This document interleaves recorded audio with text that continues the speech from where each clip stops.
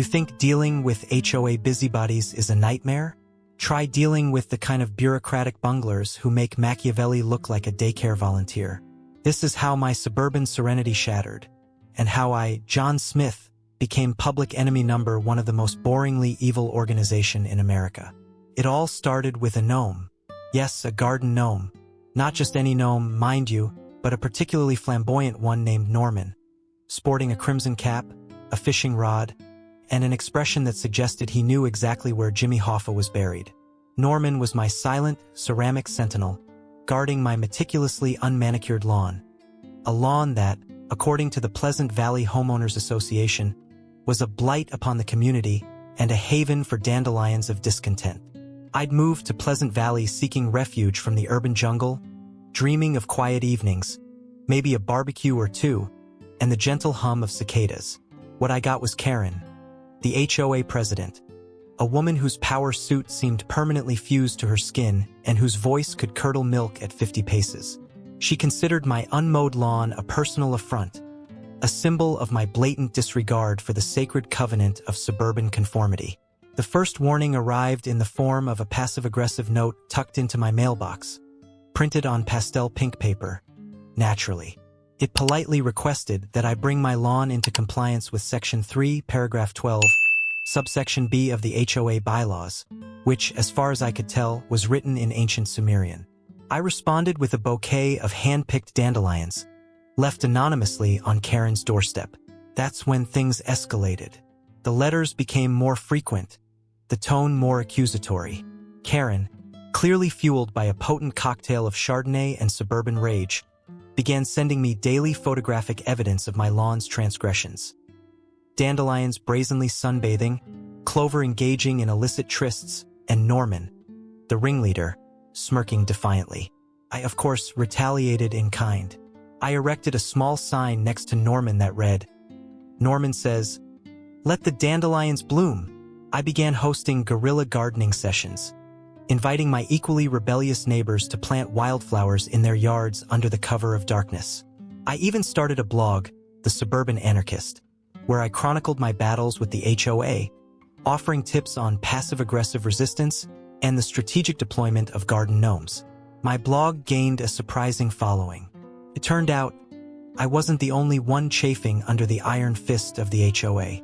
There were legions of suburbanites yearning for freedom, for the right to let their lawns grow wild and their garden gnomes stand proud. Karen, however, was not amused. She saw my blog as an act of war, a direct challenge to her authority. She convened an emergency meeting of the HOA board, where, I imagine, they plotted my downfall over lukewarm coffee and stale donuts. The next stage of their assault involved fines. Ridiculous, escalating fines for every conceivable infraction, excessive dandelion proliferation, gnome-related insubordination, public display of subversive flora. I refused to pay, of course. I framed the fines and hung them on my wall as badges of honor. That's when they sent in the goons. Not literal goons, mind you. This was Pleasant Valley, not Gotham City. But they were goons nonetheless. Two middle-aged men in ill-fitting security uniforms, hired by the HOA to enforce compliance. They lurked around my property, clipboards in hand, meticulously documenting every blade of grass that dared to exceed the regulation height. One morning, I awoke to find a notice taped to my front door, "Cease and desist order." Apparently, my guerrilla gardening sessions constituted a public nuisance and a threat to property values. I was ordered to immediately cease all subversive horticultural activities or face further legal action. I laughed. Legal action? Against a garden gnome? This was getting ridiculous. But then, things took a turn for the truly absurd. One sunny afternoon, as I was peacefully watering my dandelions, a black SUV pulled up to my curb. Two men in dark suits emerged, flashing badges that looked suspiciously like something you'd buy at a costume shop. "John Smith?" One of them barked, his voice gruff. "You're under arrest for violating HOA Bylaw 47B, Section 9, Paragraph 3, gnome-related offenses." I stared at them, dumbfounded. "You're arresting me? For a gnome?" "The gnome is evidence," the other goon said, grabbing Norman by his crimson cap. They slapped handcuffs on me, plastic zip ties naturally, and shoved me into the back of the SUV. As we sped away, I caught a glimpse of Karen, standing on her manicured lawn, a smug smile on her face. That's when I knew this wasn't just about a lawn anymore. This was about power, about control, about the crushing conformity of suburban life. And I, John Smith, was not going to let them win. They may have taken my gnome, but they hadn't broken my spirit. What they didn't know, as they hauled me off to the Pleasant Valley Community Center, which apparently doubled as the local jail, was that my wife, Sarah, wasn't just a mild-mannered lawyer. She was a former CIA operative with a particular set of skills she had acquired over a very long career. Skills that made her a nightmare for people like Karen and her HOA henchmen. And she was about to unleash those skills on Pleasant Valley, turning my suburban nightmare into their own personal hell. Because hell hath no fury like a wife whose husband has been arrested for gnome-related offenses. So, there I was, John Smith, suburban anarchist, sitting in what could charitably be described as the holding cell of the Pleasant Valley Community Center. My fellow inmates included a teenager who'd spray-painted a smiley face on the water tower and an elderly woman who'd refused to stop feeding the pigeons in the park. We were a motley crew of misfits, united by our defiance of Pleasant Valley's rigid rules. The cell itself was a repurposed storage closet, smelling faintly of chlorine and regret. My zip-tie handcuffs were digging into my wrists, and I was starting to get a crick in my neck from trying to avoid eye contact with the motivational posters plastered on the walls. Teamwork makes the dream work. Reach for the stars. My phone, of course, had been confiscated. I imagined Karen scrolling through my blog, cackling maniacally as she read the comments section, where my supporters were already calling for a revolution. Little did she know the real revolution was about to begin. About an hour into my detention, the door creaked open, and Karen herself waltzed in, flanked by her two goons. She was wearing her power suit, of course, and her expression was a masterpiece of self-satisfied smugness. "Well, John," she said, her voice dripping with condescension. "Looks like you've finally learned your lesson." "The only lesson I've learned is that Pleasant Valley has the most pathetic excuse for a jail I've ever seen," I retorted. Karen's smile faltered for a millisecond, but she quickly regained her composure. "You have two options, John. You can pay the fines, apologize to the community for your disruptive behavior, and promise to bring your property into compliance. Or," she paused for dramatic effect, "you can face further charges. We're considering adding incitement to rebellion and gnome abuse to the list." I burst out laughing. "Gnome abuse? Seriously, Karen? Are you going to call the ASPCA for ceramic figurines?"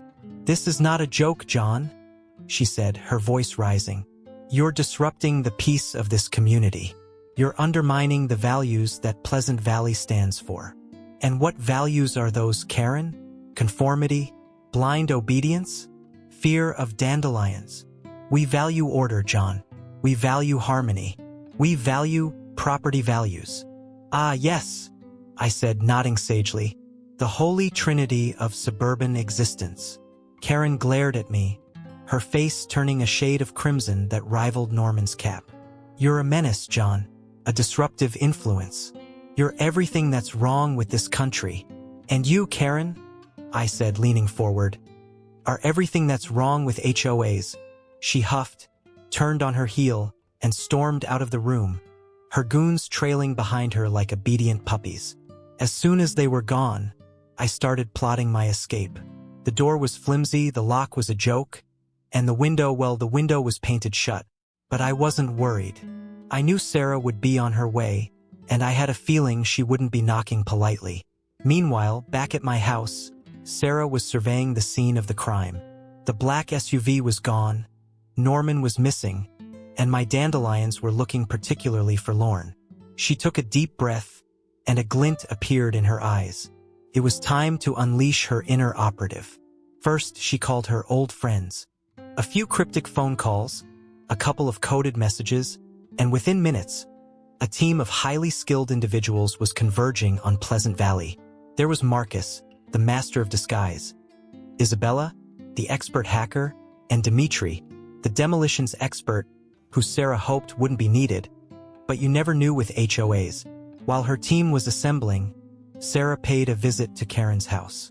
She knocked on the door, and Karen answered, looking surprised and slightly flustered. "Sarah, what a surprise," Karen said, her voice tight. "I was just about to call the police on you for harassment." "Oh, don't bother, Karen," Sarah said, flashing a disarming smile. "I just wanted to have a little chat." Woman to woman, Karen reluctantly let her in, and Sarah proceeded to charm her way into Karen's meticulously decorated living room. She complimented the tasteful furniture, the pristine carpets, the complete lack of personality. As she was making small talk, Sarah subtly scanned the room, noting the location of security cameras, alarm systems, and potential escape routes. She also managed to accidentally spill her coffee on Karen's pristine white rug, just to see how she would react. Spoiler alert, not well. After about an hour of this psychological warfare, Sarah excused herself, promising to think about Karen's offer. As she walked out the door, she left a small, innocuous-looking object on the coffee table. It was a bug, of course, disguised as a decorative paperweight. Back at the community center, I was starting to get restless. The motivational posters were beginning to mock me, and the smell of chlorine was making me sneeze. I decided to take matters into my own hands. I examined the door more closely and realized that the lock was held in place by a single, pathetic screw. Using a bobby pin I'd managed to smuggle out of the house. Never underestimate the resourcefulness of a suburban anarchist. I carefully unscrewed the lock, inch by inch. Just as I was about to make my escape, the door burst open, and Dmitri, the demolitions expert, strode in, carrying a bouquet of flowers. "Wrong room," he said, looking sheepish. "I was told to deliver these to Karen?" "Close enough," I said, grabbing the flowers. "I'll take them."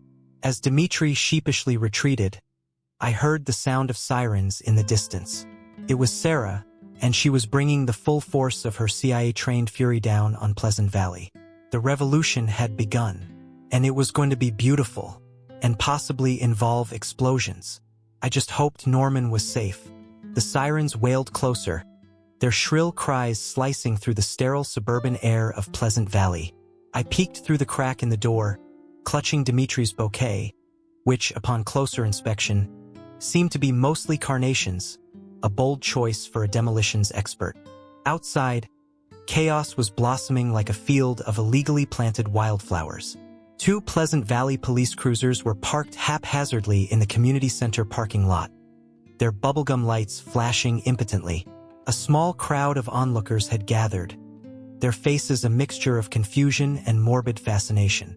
And in the center of it all, standing tall and radiating an aura of controlled fury, was my wife, Sarah. She was arguing with a bewildered-looking police officer, her voice carrying across the parking lot. "You're telling me you arrested my husband for a garden gnome? Is this a joke? I've seen dictatorships with more respect for due process." The officer, clearly out of his depth, stammered, "Ma'am, he was violating HOA regulations and resisting arrest." "Resisting arrest? He was watering dandelions. What is this? Footloose for flowers." Just then, Marcus, the master of disguise, sauntered into the parking lot, dressed as a health inspector. He flashed a fake badge at the police officer and declared, "I'm here to investigate reports of unsanitary conditions. I understand you're holding a prisoner in a storage closet." The officer, completely overwhelmed, could only nod dumbly. Marcus winked at Sarah and disappeared inside the community center. A few minutes later, the power went out. The sirens died, the flashing lights went dark, and the crowd gasped in unison. Isabella, the expert hacker, had just taken Pleasant Valley offline. Now, things were getting interesting. I crept out of the storage closet, clutching my carnations like a weapon.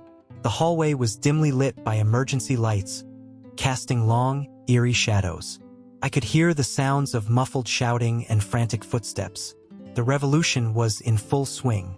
I made my way to the community center's main office, where I suspected Karen was holed up, plotting her next move. As I approached the door, I heard her voice, shrill and panicked. "Call the National Guard.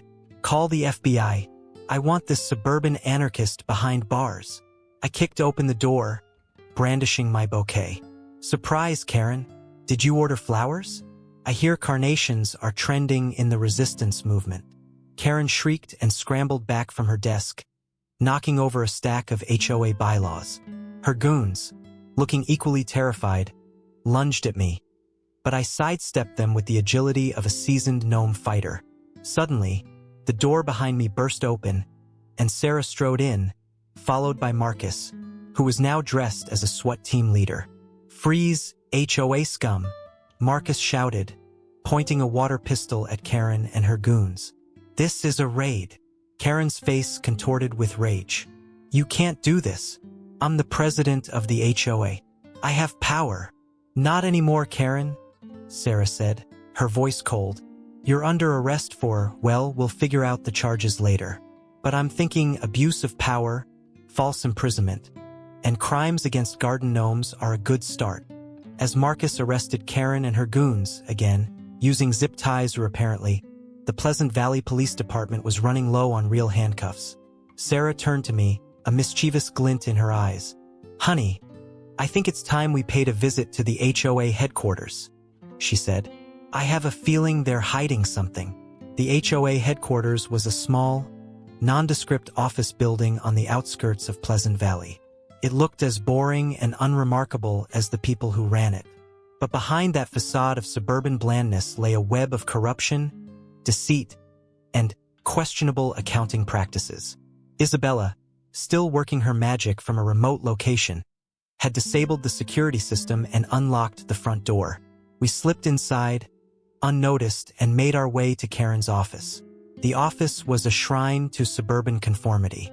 Everything was perfectly organized, meticulously labeled, and utterly devoid of personality. The only splash of color came from a framed portrait of Karen, looking imperious and self-satisfied. Sarah immediately went to work, rifling through Karen's desk drawers, while I examined the bookshelves. I found a collection of HOA rulebooks, a stack of unpaid parking tickets, and a surprisingly large number of cat calendars. "Aha!" Sarah exclaimed, pulling a file from the bottom drawer. "I think I've found something interesting." The file was labeled Project Green Reaper, and it contained a detailed plan to replace all the lawns in Pleasant Valley with artificial turf. The HOA was secretly in cahoots with a synthetic grass company, and they were planning to force all homeowners to rip up their natural lawns and install the fake stuff.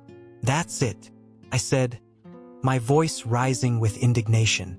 "They're not just trying to control our lawns, they're trying to destroy them." Sarah smirked. "Looks like we've uncovered a conspiracy, John. A suburban conspiracy." Suddenly, we heard the sound of footsteps in the hallway.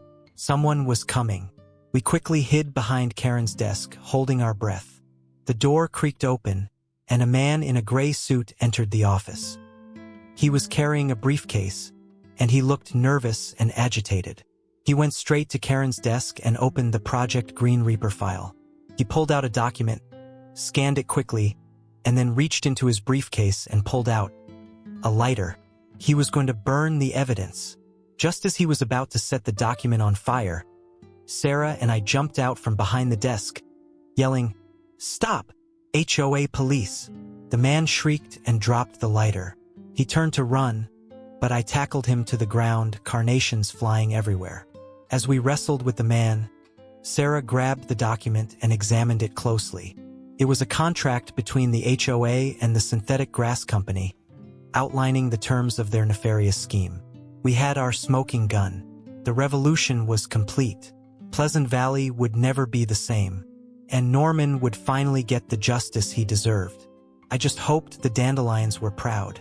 With the smoking gun, or rather the incriminating contract, in hand, the momentum shifted. The news of Karen's arrest and the HOA's Project Green Reaper conspiracy spread through Pleasant Valley faster than crabgrass in July. The internet exploded. Hashtag Gnome Justice, hashtag Save Our Lawns, and hashtag Karen Must Fall became trending hashtags. Even CNN picked up the story, running a segment titled Suburban Showdown, Garden Gnomes versus the HOA. Back at the HOA headquarters, the man we apprehended, identified as Bob, the HOA treasurer, a title that suddenly felt incredibly sinister, was singing like a canary to the local police, who had finally arrived to sort out the mess. He detailed the kickbacks, the secret offshore accounts, and the elaborate scheme to turn Pleasant Valley into a plastic paradise.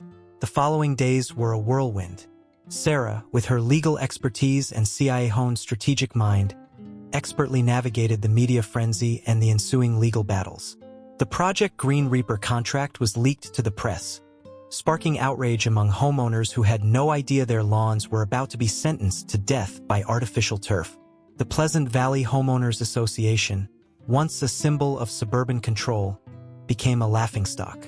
Its website was bombarded with memes featuring Norman as a revolutionary hero, and its Facebook page was flooded with angry comments from homeowners demanding Karen's head on a platter, or, at the very least, her resignation. Karen, stripped of her power suit and her authority, became a pariah. Her neighbors shunned her, her phone stopped ringing, and even her beloved poodle, Fluffy, started giving her the side eye.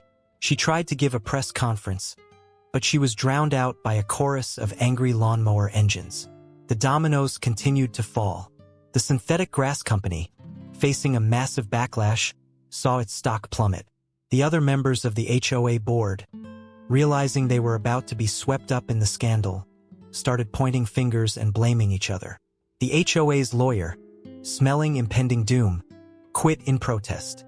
Meanwhile, I, John Smith, suburban anarchist, became an unlikely folk hero. I was interviewed on NPR, featured in the Wall Street Journal, and even invited to be a guest on The Daily Show. I used my newfound platform to advocate for homeowners' rights, to denounce the tyranny of HOAs, and to promote the beauty and biodiversity of natural lawns.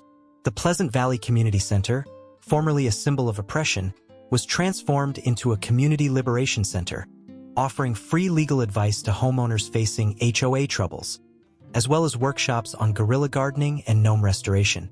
Norman, having been recovered from the Pleasant Valley Police Department's evidence locker, was hailed as a symbol of resistance. He was featured on magazine covers, appeared in public service announcements, and even had a street named after him, Norman's Way.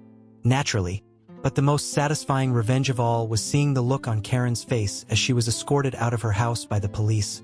Her power suit rumpled, her hair disheveled, and her dreams of suburban domination in tatters.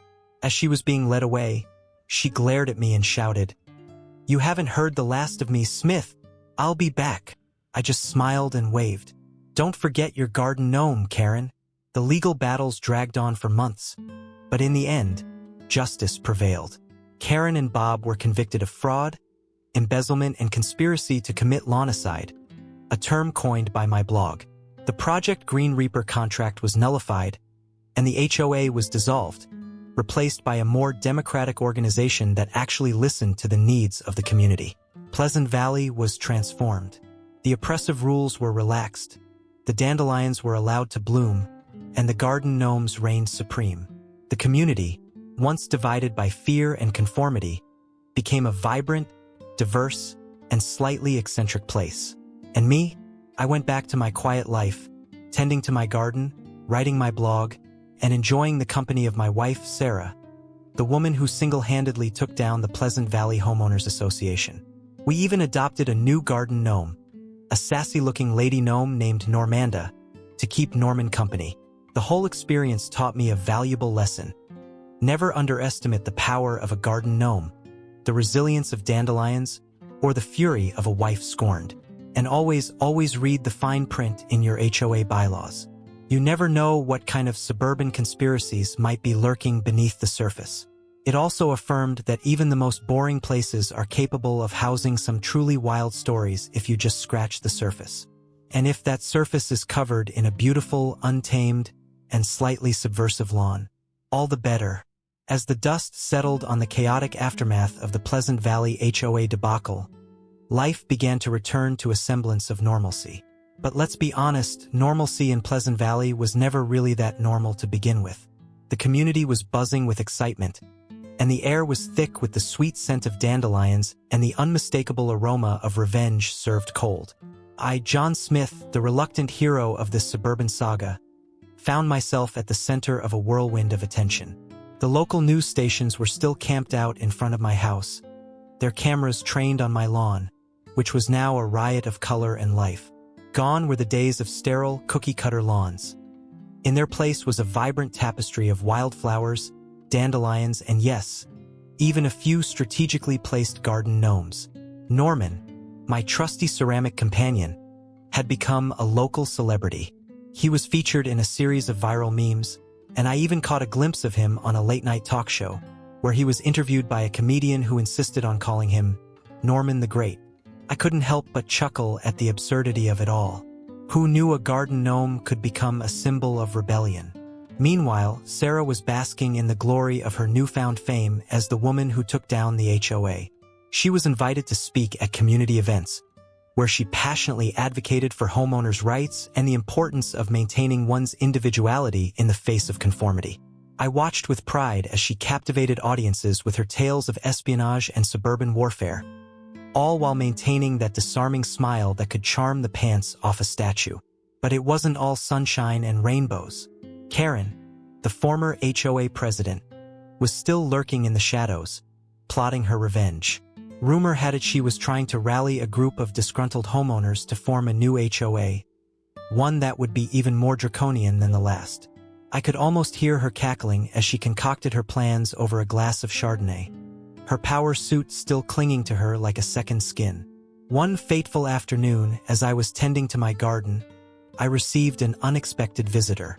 It was Bob, the former HOA treasurer, looking disheveled and slightly paranoid. He approached me cautiously, as if I were a wild animal that might bite. "John," he said, glancing around nervously, "I need your help." "Help?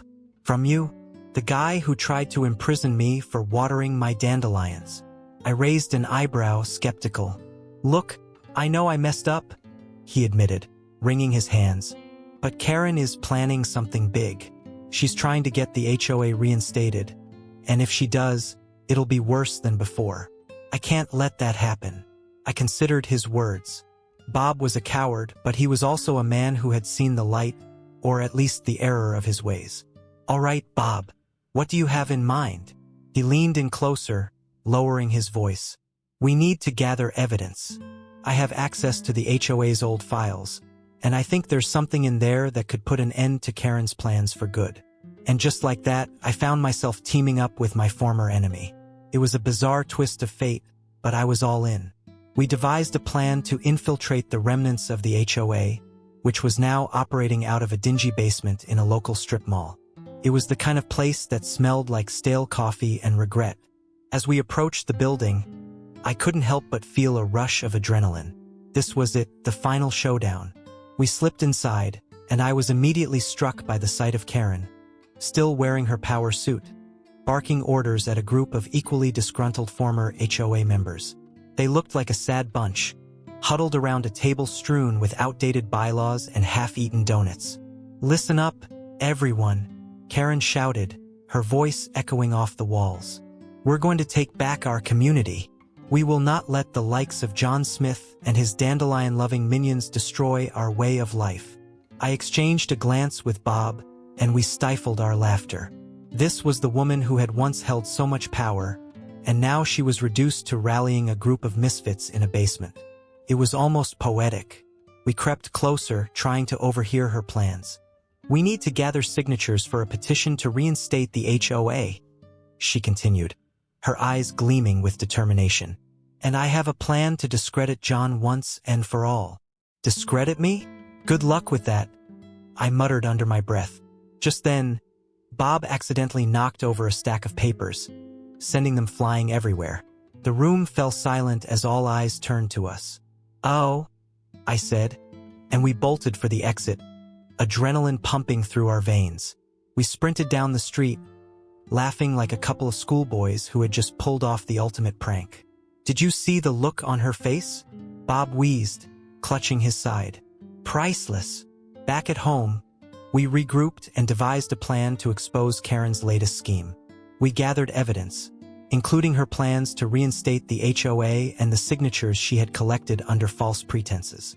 With Sarah's help, we crafted a press release that would blow the lid off Karen's plans once and for all. The day of the press conference arrived, and I stood alongside Sarah and Bob, ready to unveil the truth. The media was there in droves, cameras flashing as we took our positions at the podium. I could feel the excitement in the air, a palpable energy that buzzed like a swarm of bees. Ladies and gentlemen, I began, my voice steady. Today we stand united against the tyranny of the Pleasant Valley Homeowners Association. We have uncovered a plot to reinstate an organization that seeks to control our lives and dictate how we maintain our homes. The crowd erupted in cheers, and I felt a surge of confidence. We will not be silenced. We will not be oppressed. We will fight for our right to have dandelions, garden gnomes, and the freedom to express ourselves in our own yards. As I spoke, I could see Karen in the back of the crowd, her face a mask of fury. She tried to shout over the crowd, but her voice was drowned out by the cheers of the people. It was a glorious moment, a culmination of everything we had fought for. In the end, Karen's plans were foiled, and Pleasant Valley remained a beacon of suburban freedom. The HOA was never reinstated, and the community continued to thrive, embracing its newfound individuality and celebrating the beauty of its slightly unkempt lawns. And so, my friends, ends the tale of the Pleasant Valley HOA, a story of rebellion, revenge, and the triumph of the garden gnome. If you enjoyed this tale of suburban shenanigans, be sure to hit that like button, share it with your friends, and leave a comment down below.